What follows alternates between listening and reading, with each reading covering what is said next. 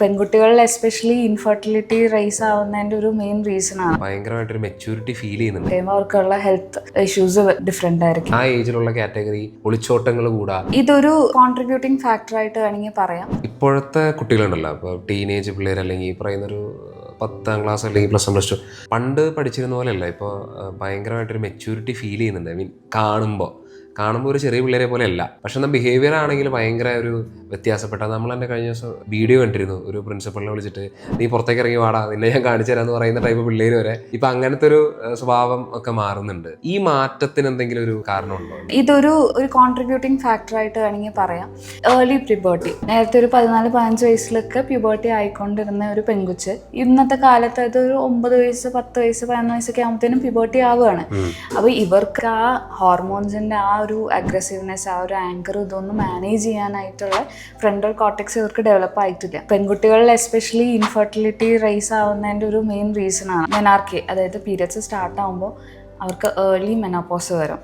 വയസ്സായി കഴിയുമ്പോൾ ഒരു 45+ ആയി കഴിയുമ്പോൾ അവർക്കുള്ള ഹെൽത്ത് ഇഷ്യൂസ് ഡിഫറെൻ്റ് ആയിരിക്കും.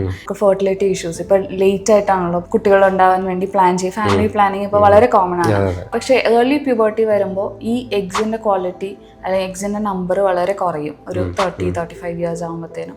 അപ്പോൾ ഇവർക്ക് പിന്നെ പ്രഗ്നൻസി നോക്കുമ്പോൾ പല രീതിയിലുള്ള കോംപ്ലിക്കേഷൻസും പിന്നീട് കാണും. മെയിൽസിനാണെങ്കിലും അവർ പെട്ടെന്ന് തന്നെ ഹോർമോണൽ മെച്യൂരിറ്റി പെട്ടെന്ന് വരുന്നു. പക്ഷെ ആ ഒരു ഇമോഷണൽ അല്ലെങ്കിൽ ബാക്കിയുള്ള ഫേസസ് ഓഫ് ലൈഫിൽ അവർ മെച്യൂർ ആവാൻ അവർക്ക് ടൈം വേണം. അപ്പൊ ഇത് ഒരു മിസ്മാച്ച് വരുന്നതാണ് ഇതിൻ്റെയൊക്കെ ഒരു കാരണമായിട്ട് എനിക്ക് തോന്നിയിട്ടുള്ളത്. നമ്മൾക്ക് ഇതിനകത്ത് മാറ്റാൻ പറ്റുന്ന ഏറ്റവും വലിയ കാര്യം എന്താണെന്ന് വെച്ചാൽ ഇവരുടെ ലൈഫ് സ്റ്റൈലാണ്, ഇവരുടെ ഭക്ഷണ രീതി, ഇവർക്ക് കുറച്ച് ഹെൽത്ത് ആക്ടിവിറ്റി ഇങ്ങനെയുള്ള ഇതൊക്കെ ചെയ്യുമ്പോൾ ഇവരുടെ ലൈഫ് സ്റ്റൈൽ കുറച്ച് കറക്റ്റഡ് ആവും. ഇതുകൊണ്ടൊക്കെ ആയിരിക്കും ശരിക്കും ഈ 16 വയസ്സിൽ 17 വയസ്സിൽ കുട്ടികൾ സൂയിസൈഡ് അറ്റംപ്റ്റ് ചെയ്യുക, അല്ലെങ്കിൽ ആ ഏജിലുള്ള കാറ്റഗറി കുറച്ചും കൂടി ഇമോഷണലി ഇതാവുക, അതേപോലെ ഒളിച്ചോട്ടങ്ങൾ കൂടാ. ഇപ്പോഴത്തെ ഒരു ജനറേഷൻ അതൊന്നും വലിയ അത്ര സീരിയസ് ആയിട്ട് കാണുന്നില്ല, ലൈഫിനെ അങ്ങനെ കാണുന്നു. അപ്പൊ ഇത് ഈ ഒരു കാരണം കൊണ്ടായിരിക്കും അങ്ങനെ. വൺസ് പീരിയഡ്സ് സ്റ്റാർട്ട് ആകുമ്പോൾ നമ്മുടെ ഹോർമോണൽ മേക്കപ്പ് തന്നെ മാറുകയാണ്. ഒരു പെണ്ണിന് ഒരു ആണിനോട് അട്രാക്ഷൻ തോന്നാനും ഒരു ആണിന് ഒരു പെണ്ണിനോട് അട്രാക്ഷൻ തോന്നാനും ഉള്ള മെയിൻ കാരണം ഈ ഹോർമോണിന്റെ പ്ലേ തന്നെയാണ്. ഇത് പ്യൂബർട്ടി ആയി കഴിഞ്ഞ് കഴിയുമ്പോഴത്തേനും ഈ ഹോർമോൺസ് ആക്റ്റീവ് ആയി തുടങ്ങും. അപ്പോൾ പിന്നെ അവരുടെ ലോജിക്കൽ തിങ്കിങ് ഡെവലപ്പ് ആവാത്ത സ്ഥിതിക്ക് അവർ പെട്ടെന്ന് തന്നെ ഡ്രാസ്റ്റിക് മെഷേഴ്സിലോട്ടാണ് പിന്നെ പോകുന്നത്. സൂയിസൈഡ്, ഒളിച്ചോട്ടം. അവർ അതിൻ്റെ കോൺസിക്വൻസസ് ഒളിച്ചോടി കഴിഞ്ഞാൽ പിന്നീട് ഞാൻ എന്ത് ചെയ്യും എന്നുള്ളത് അവർ ചിന്തിക്കുന്നില്ല. അത് എടുത്തുചാട്ടാണ് പിന്നെ വരുന്നത്. അത് മെയിനായിട്ട് ഈ ഒരു റീസൺ ആണെന്ന് പറയാം നമുക്ക്.